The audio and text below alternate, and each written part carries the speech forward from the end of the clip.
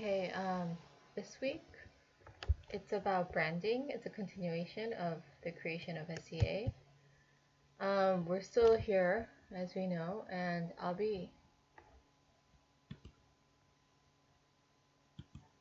we're still here.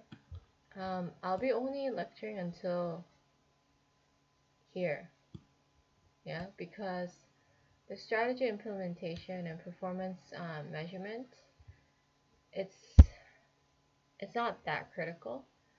Um, and probably you won't understand since you haven't done any sort of business courses.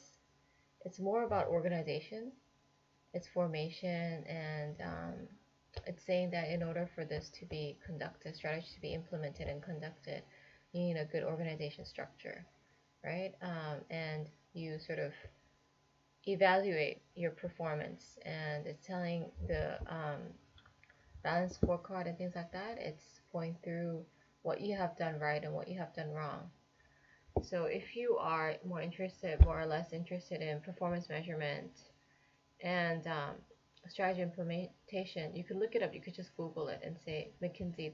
McKinsey is a consulting company, and they came up with it. So you could say just McKinsey 7S model or the 4-view model or the balanced business scorecard or key performance indicators. Key performance indicators are revenue or sales revenue and customer increasing customer loyalty and things like that. So you could just type in, probably you could, if you want to look more into it, then you could just type in Google it, balanced business scorecard, okay, or McKinsey 7S model or the 4-view model. Then if you Google it, then you'll find out more about it. It's very simple. If you just take maybe like 15-minute time to just read it, then you'll be able to comprehend it. There's nothing complex about it. So it's in order for strategy, yeah, to be implemented, you need a good sort of organization structure, and then based on that, your strategy, you could evaluate whether if you have done a good job or a bad job in terms of implementing it and coming up with a strategy. And usually that's done by a balanced business scorecard. Okay, so this week it's about branding. We've done most of it, right? And we're here. I think I've emphasized so much, but being global is also very, very important these days because of globalization. So being global and brand are very, very important. Now this week we'll be learning mostly about branding. David Aker and Jennifer Aker, they are obviously Jennifer Aker is the daughter of David Aker, and he's a professor at Stanford, I think. And they are the brand gurus, right? They're known for coming up with extensive amount of articles and studies on branding. So a brand is a distinguishing name or symbol, right, such as logo, trademark, or package design, intended to identify, right, identify the good or service of either one seller or group of seller, and to differentiate those goods from the competitors. Okay. Brand is a promise of what to expect, right? Brand is developed and refined. And these are 4 theories that David Aker has came up with. We'll look one by one. Brand equity is the brand value. Brand personality, he's saying that there's a personality to brand, right? We know that Marlboro is masculine, and some brands are feminine, like Chanel is very feminine, right? And then he came up with brand architecture to come up with the collaboration of brands and brand identity. We'll look one by one. Why are brands important? Yeah, because it reduces the search cost, right? It shortens the decision-making process, right? It's recognizable. It's familiarity. It's a trust and promise. It's assurance of quality. It reduces your risk. It creates loyalty, ownership, and emotional attachment. Studies have shown that customers have emotional attachment to brands. It's a point of difference. It's a differentiator, and it's a price premium. You could ask for more money, right? You could increase your price, right? Additional amount of money, increase it in revenue, right? Platform of growth, extension. Yeah, you could create new product based on your brands. Like you see CK or Ralph Lauren, they have extensive amount of new products based on their brand, one brand, right? Polo, Ralph Lauren, CK, Calvin Klein, right? It lowers your marketing expenses and it increases your share price, yeah, your company share price, greater company's equity. So what's brand equity? I've said this many times, right? During the class, contribution of brand to shareholder value. Yeah, how much it affects the shareholder value, right? Company's value is this much. Yeah, brand contribution is 64%. Yeah, so the share value amongst the share value, 64% is brand equity. Yeah, Microsoft is 23%. Coca-Cola, we know that brand image is very important with Coca-Cola. 64%, 37%, 15%, Intel 19%, Nokia 42%, Disney 66%, McDonald's 92%, right? And Benz, Mercedes-Benz 61%. That's how much the brand is affecting the shareholder. As you can see, you know, these are brands like McDonald's is brand that it's easily identifiable, and that's why Disney or Benz, Mercedes-Benz, you could come up with other brands and extend your brand. So I've just just visually showing it, right? So that's a lot. So that's how much that should be. 66, right? I think I've written it wrong. 66, Coca-Cola 64, and McDonald's is 92. So that's how much it's affecting the share value, right? That's why companies are focusing so much on increasing their brand and brand, because it affects the share value at the end. Okay, so brand equity, Aker says, it has 4 elements to it: brand awareness, perceived quality, brand association, and brand loyalty. So amongst the 4 elements, brand awareness, the 4 elements that make up the brand equity. Brand awareness is sense of familiarity. Yeah, being able to recall is more important than high recognition. Thus brand exposure is important, right? Why product scope for this reason. That's why there's a wide product scope for brand exposure, so people can easily recall, right? And usually we go through go beyond normal media channels like viral and things like that, so that people can recall it. We do email promotions, publicity, and other sort of sponsorships and things like that. So we know that Marriott Hotel, they sponsor for USA hockey team and things like that to increase the brand awareness and to increase the brand exposure of their brand. Next element is brand loyalty. Brand loyalty is resistance or switching, right? Switching or habit or preference. It reduces their marketing costs, right? If the customers are less likely to switch, obviously it reduces the marketing cost. It helps to retain the existing customers. Retaining customer is 5 times less expensive than attracting new customers. So retaining your customer is very important, and thus, we said this before, but customer lifetime value is very important. We'll look more into it later. It provides time to respond to competitive moves, right? If customers are very loyal to your product, they're less likely to switch. So you have that time, right? Your time to create new products, or if your competitors are doing something that's very, appealing, you have that time to quickly copy that, right, and mimic that. Firms that manage brand loyalty well, they conduct a lot of exit interviews. So as I said this before, you should always interview or survey those people that are leaving your company. Yeah, the reason for switching, yeah, to increase the brand loyalty. Um, the reward is very good with the companies that are good at managing brand loyalty. They have a very good reward system. So they upsell, they cross sell, they do unexpected benefits, and they do premiums, right? So we said this before, but Starbucks is very, doing very well in terms of managing their brand loyalty, and they do these things very, very well.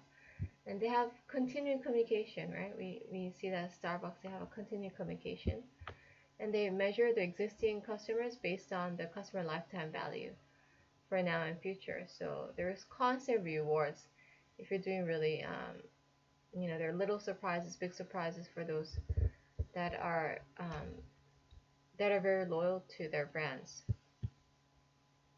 Brand association is anything that is directly or indirectly linked in the consumer's memory to the brand.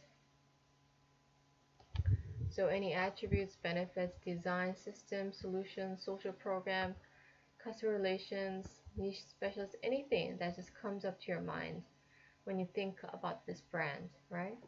For instance, like logo, Starbucks, if you think it was green logo, the music, yeah, the names, the tumbler, anything that's associated with the brand is called brand association. So basis of for brand loyalty, product attributes and customer benefits provide reason to buy. So these are, it becomes a reason for customers to buy. And I think this comes up in service marketing a lot, but in terms of those products, especially service, they're not tangible. You can't see it, right? They're intangible. Like Starbucks is a service that's intangible, right? Because it's service, right? Then what you should do is that you should try to make it as tangible as possible. So what you're trying to do is make an intangible product, yeah, service, right, to tangible as much as possible. So what did Starbucks do? They come up with a diary, they come up with a tumbler, green color. Those are all the reasons why they're trying to make their service as tangible as possible.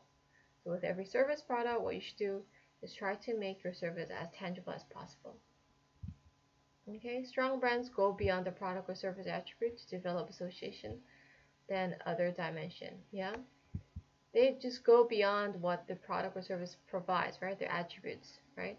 And they try to come up with an image and associations as much as possible. Why? Because it's harder to copy in that way for other companies to follow or mimic anything that you do. Yeah, if you provide something that's more than the attributes of the product or service, that creates a strong brand, and all the developing associations with that brand, it's harder for your competitors to copy.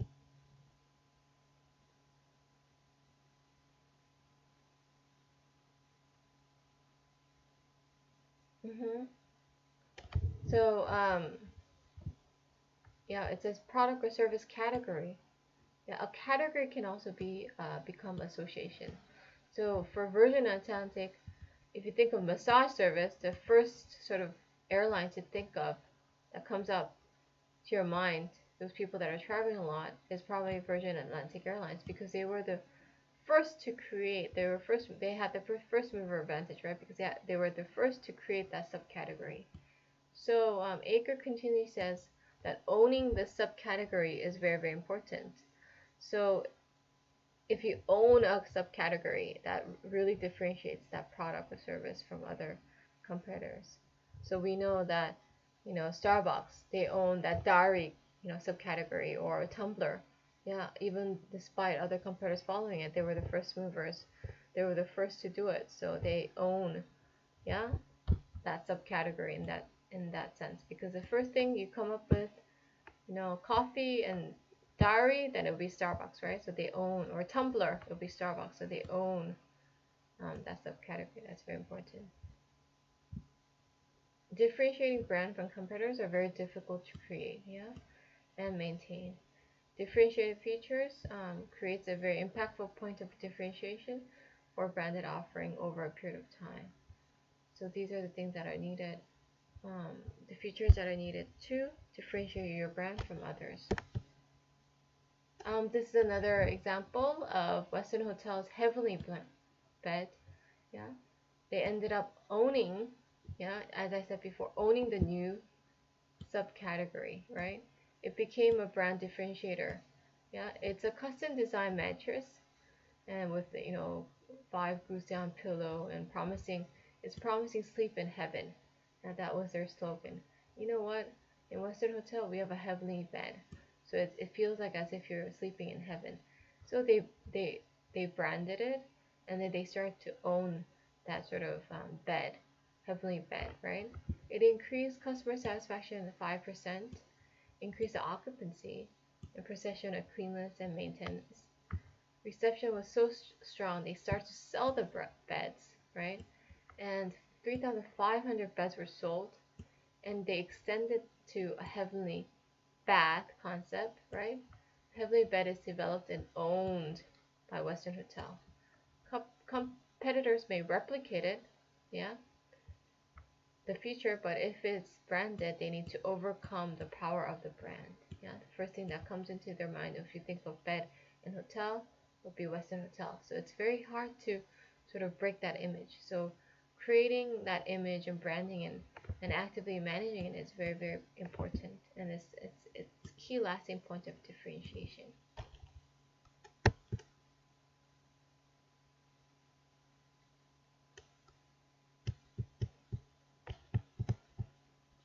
Okay, and array the breadth of product line helps brand equity. Yeah, we are still in the brand association. Yeah, first one was category. The second was is the product line.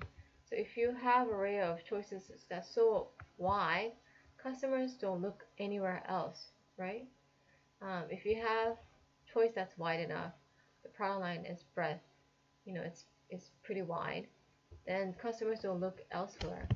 So it helps your brand association, right? Because there's a wide choice array of um, choices to choose from, but this disadvantage is that brand might be eroded, right? It may be diluted, the image.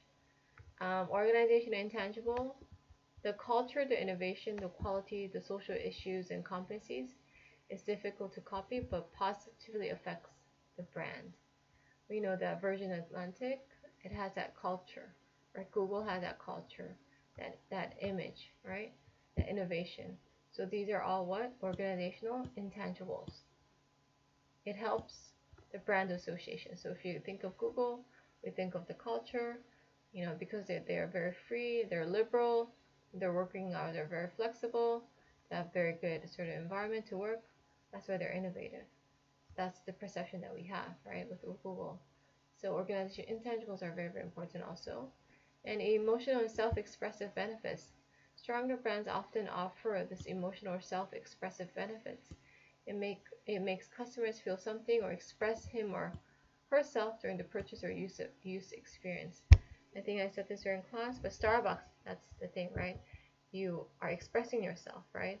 And we talked about holding Idia or Coffee Bay coffee instead of holding on to Starbucks, right? Because that's sort of expressing. There is a self-expressive benefits to Starbucks, and that's the reason. But that's very hard to break. If you carry Apple iPhone, then it's a self-expressive benefit that has to that Apple, and that creates a very strong brand equity. The experience, it combines emotional and self-expressed benefits with functional benefits. Being global is another thing. As I said, it's very important for brand equity, because you can expect the same service and assurance and prestige and things like that.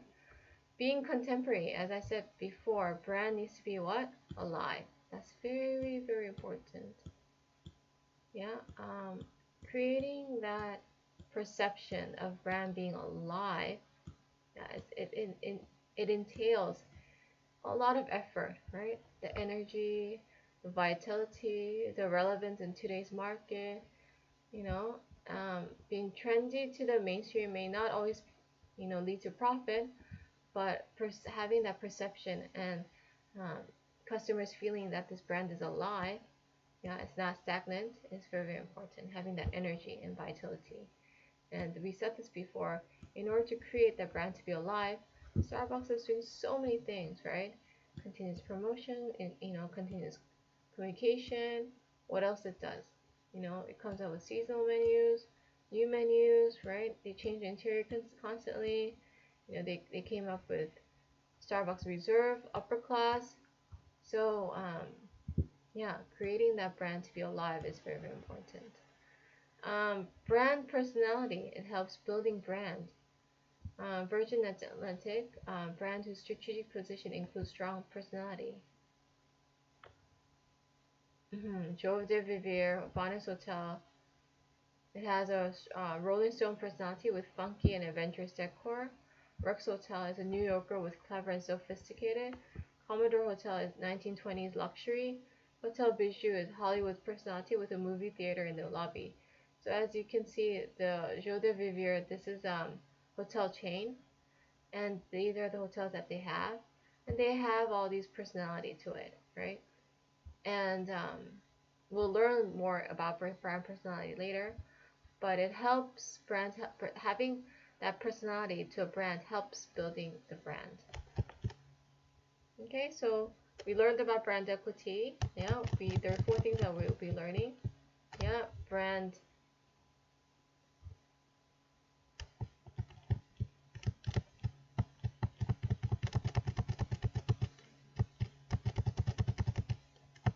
Yeah, yeah, here.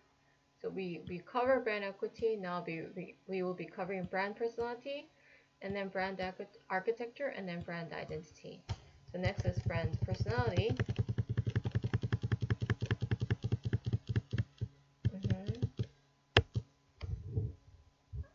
Brand personality it was it was theorized through Jennifer Aker, the daughter.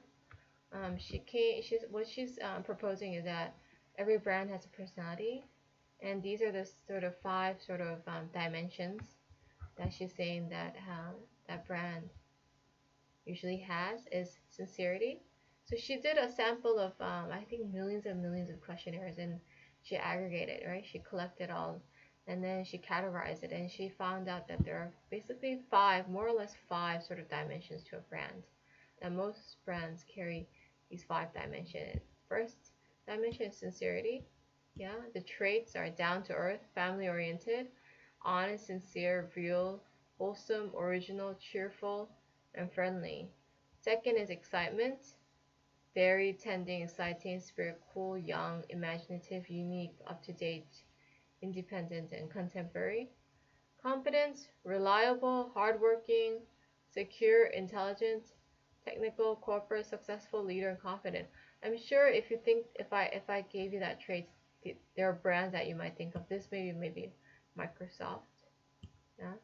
This I think down to earth. I think maybe Google. Yeah, sincere, honest. Samsung. I don't know. Google. Excitement. Yeah. Trendy. Cool. Independent. Yeah. Is there any TV channels or any, I don't know, CJ or um, MTV, Levi's? I don't know if this Levi's is still in or not. But anyway, those are sort of that brand dimensions. Yeah, dimensions that you can enlist when you think of those brands. Sophistications, upper class, glamorous, attractive, charming, feminine, smooth. Chanel, yeah. Ruggedness, outdoorsy, masculine, tough, rugged. Marlboro, Marlboro Light, yeah, the cigarette brand. So as you can see, there are dimensions to brands and there are traits. So as I said before, brand must be alive with energy and vitality. Yeah, energizing the brand to resonate is very, very important. Being interesting, youthful, dynamic, contemporary. Yeah.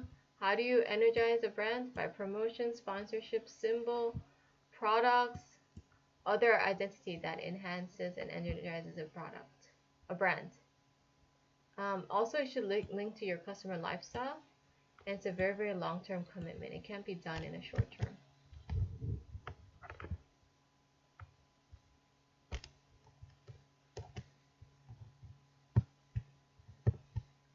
Okay, branded energizers, um, new branded products, yeah, flow of new products that are sufficiently different, yeah, for a limited period of time. We said it before, I think more like Starbucks than McDonald's. You know, Starbucks, they come up with new products all the time, right? And we talked about during class that there are some products that are under sort of the table where it's not even listed on the menu, and they make it for you personally, right? So, you know, flow of new products, yeah, that are sufficiently different. It energizes the brand. The sponsorship, having the right sponsorship can energize a brand. Yeah, you could create a strong relationship with customers. Okay, endorser, yeah, appealing image of, you know, that it could create attractive, like sincere, French, not overexposed. Yeah, having that matching brand identity goals, having that right endorser, appealing image. That's the reason why all these companies are paying millions of dollars to have, you know, celebrities to endorse, having that right image, celebrities to endorse their products, right? Because it creates an appealing image. Um, it can create to cost effectiveness, um, if you have the right endorser. You know, promotional activities, right? Symbol, obviously, yeah, and programs, charity, CSR, and things like that. And these days, branded CEOs, yeah, like Facebook or Virgin Atlantic, yeah, Richard Branson. He's the guy, yeah, Richard Branson. He does a lot of things like this, right? Um, he is the CEO of Virgin Atlantic in England, and he does many things to energize his brand, right? And those are all the performance that he does is in order to energize his brand. Next is brand architecture. We do brand architecture. We need brand architecture when we have number of brands like this. Yeah, Marriott has so many brands, right? And the Novotel, yeah, they have also many brands. Hyatt has, like, you know, all these brands, right? When you have a lot of brands, you need brand architecture. You need to categorize them. Okay, so what is brand architecture? Brand architecture is largely divided into branded house, house of brands, and endorsed brands. Okay, branded house is it's emphasized or leveraged upon a single master brand. It's beneficial if the product are in same category. It provides clarity and investment on you just have to invest on the master brand. So when your sub brands are leveraged upon a single brand, master single brand, one brand, that is called branded house. So prime examples are BMW, Benz, and Hyatt, right? We know that BMW has 1 series, 3 series, 5 series. What? It is leveraged based on what? The single master brand of BMW. Benz also, it has C-Class, E-Class, S-Class, right? It has a single master brand of Benz. Yeah, it's leveraged upon a single master brand of Benz. Hyatt also, yeah. Whereas house of brands, if you look at Hyatt, Park Hyatt, Grand Hyatt, Hyatt Regency, Hyatt Place, yeah, it's based on what? The single brand of Hyatt, Hyatt House, Hyatt Residential. Except for this, it all has the name Hyatt inside, right? It's all it's leveraged upon a single master brand. Whereas House of Brands, it's a freestanding brand entirely on their own in a marketplace. Why? Why do you do this? You don't know if it's related or not, yeah? Because you try to pursue a unique positioning. So Starwood is an example. Starwood. This is Starwood. These are all the brands that are under Starwood. I mean, there are W Hotel and Westin. Those W are, related. But as you can see, 4 points. St. Regis, Sheraton, Le Méridien, Element. Yeah? W Hotel, you don't know whether, if by looking at the names, you don't know if they are related or not, right? Why do you perceive this strategy? Why does Hyatt do this when when Starwood just doesn't do it? Why? Because they want to position a unique positioning of brand for each brand. That's the reason. Hyatt, they want to leverage. Yeah, this decreases their marketing cost. Yeah, but they have the disadvantage of diluting the image, right? We don't know exactly the difference between, I don't know, Hyatt Place and Hyatt House. Yeah, you cannot clearly know what the difference is, right? And it can dilute the the the, the master brand of Hyatt. Yeah, whereas you know exactly W Hotel is very trendy, very fashionable hotel, whereas Sheraton is more reserved. Yeah, you know it right away. You use the strategy of House of Brands when you want each unique positioning for each brand. Whereas endorsed brands, as you can see, it's sort of middle of branded house and House of Brands.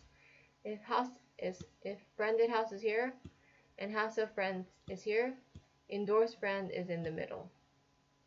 Okay, why? Because it's somewhere in between. Yeah, you don't. They use it, but they don't use it to that extent of branded house. They use the master brand, but they don't use it into extent of branded house. So Ralph Lauren or Marriott are some examples of endorsed brands. As you can see, they use Marriott. Yeah, on below you see Marriott, but they have their own names like Courtyard or Residence or Spring Hill, Fairfield, or they have these names, but also they use Marriott at the bottom. Yeah, so it's not as like here that the names are Hyatt House or Hyatt Place. Okay. Now, lastly is brand identity. So we covered a lot, right? We covered brand equity, brand personality, brand architecture, and lastly is brand identity.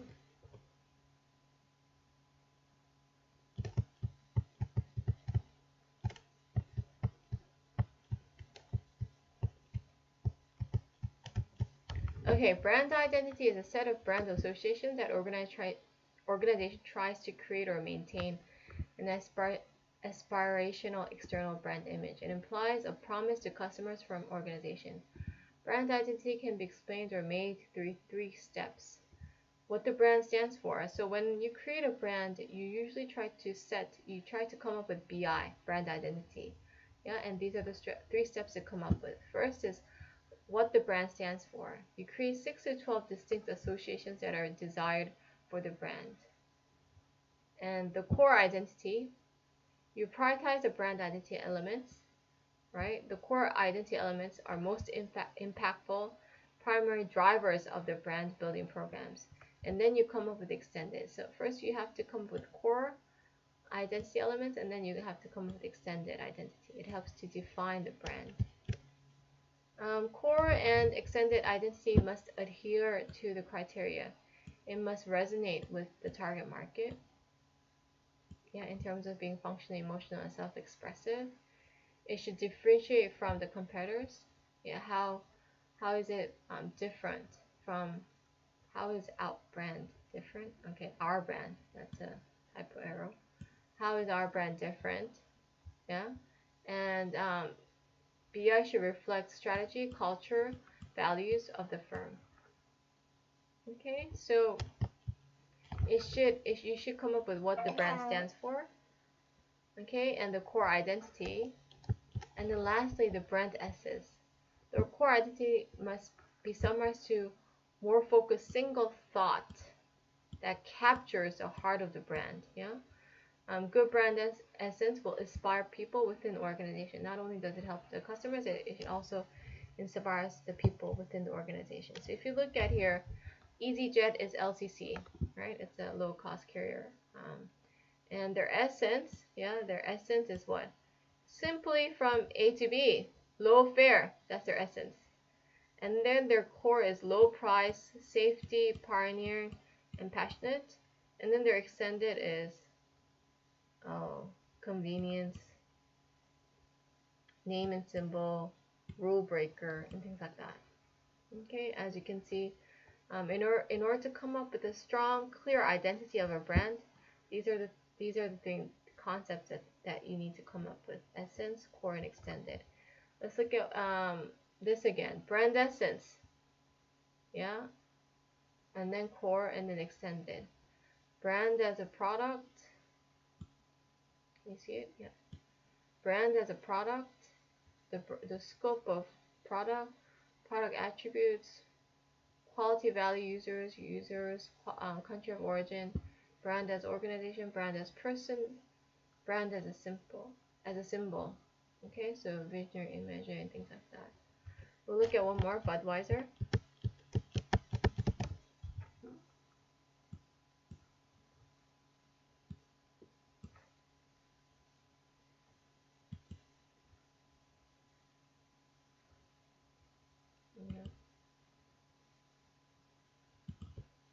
Okay, Budweiser, yeah. Oh, Guinness, sorry, not Budweiser. So, brand essence is what the product does for me. Yeah. So brand promise, Guinness brings out your inner strength. Yeah, that's a brand promise. That is the extended. This is the core. Essence, essence. And then that's the core and extended. This is core. And this is extended. They put core here. Yeah, but I think they're trying to say that this is essence.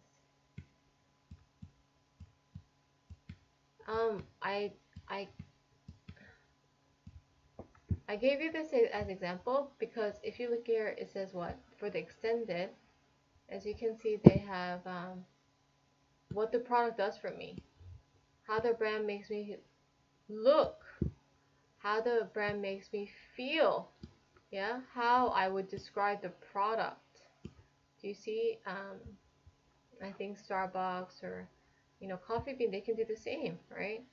What the product does for me, how it makes me look, makes me feel, yeah, how I describe the product. So the essence is brand promise. Guinness brings out your inner strength, the power of communion and goodness.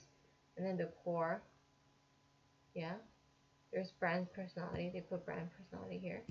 There are facts and symbols, yeah, Irish, and then there's brand personality, and then these are sort of extended. So this is what the companies do in order to sort of refine their brands, yeah, and to come up with a clear sort of brand identity.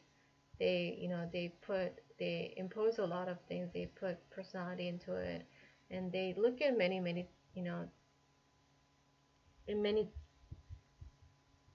in many ways, right? They look in many ways, and when they want to extend or come up with new product, then they have to think which architecture to use. Are we going to use branded house of brands? They have to think about these things, right? The role of brand identity must be articulated and resonated internally amongst employees and externally amongst customers and business partners. You can have multiple brand identities according to the context, like Hyundai, it's youth and racing, but also family oriented in US. But in Japan, it's youth and racing, but in US, it's very family oriented. So you could have multiple brand identities. That is okay. That is a summary of creation of SEA that we've looked at for the 2 lectures. Sustainable competitive advantage is the way you want to compete. You have to think about product strategy, positioning strategies, distribution strategy, what your basis of competition would be, what you offer, value proposition, and where you compete, target selection, market selection, and competitor selection. I'm going to give you some brand examples of destinations, some successful. Yeah, I've said this before about India. In 2002, India, they came up with Incredible India. Depth, culture, and deep-rooted spirituality and intensity in the Indian experience. They used the logo of exclamation part was highly effective. As you can see, Incredible India was their slogan. I think Korea, they used, Sparkling Seoul or Sparkling Korea, and they continue to change, right, their slogans. But India, they used Incredible India from 2000, and they were incredibly successful. And for first year, increased the tourist traffic by 16%, and per year, the international visitors increased 5 million. Yeah, if you have time, if you type in Incredible India in YouTube, they show you the advertisement. It's very compelling. Yeah, and you sense the sort of the spirit, and it's a very good mix and match. And then yeah, you could I'll upload the slide here, okay, for you to sort of copy and paste. Second is New Zealand.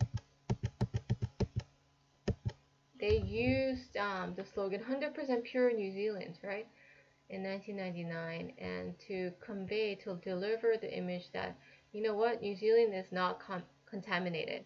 It's so pure. Come and experience it. Come and experience an uncontaminated place, right? And it built in a global recognition as a destination brand and a must-visit place. It allowed to imagine how they could interact with New Zealand people, culture, and landscape. And they sort of delivered the image that only you can experience in New Zealand. And first year, 10% increase, and visitor spending increased 20%. Yeah, from 1999 to 2008, it increased the visitors by 50%, and that's how much important advertisements are. It affects your sales, it affects the visitors, and it became the second most recognizable destination brand overseas. Okay, it shows the growth. And this is how some of the image. I said this before, some bad cases. Okay, it was United Kingdom. In 1997, they used the slogan Cool Britannia, and they tried to rebrand Britain's image that remained stuck in the past to modern, young, and creative. I mean, the idea itself was very good. They tried to use Tony Blair and like pop culture, like Spice Girls, and fashion and art and music, but it was very short-lived, very controversial. It was problematic. Cool image is not broad. Yeah, it's only catered for 20 people in 20s, right? It was too much emphasis on trendy, modern, yeah, cutting edge image of Britain. Too London focused, right? Unable to capture different diversity in Britain. So this is one of examples of bad sort of case of destination branding. That's it for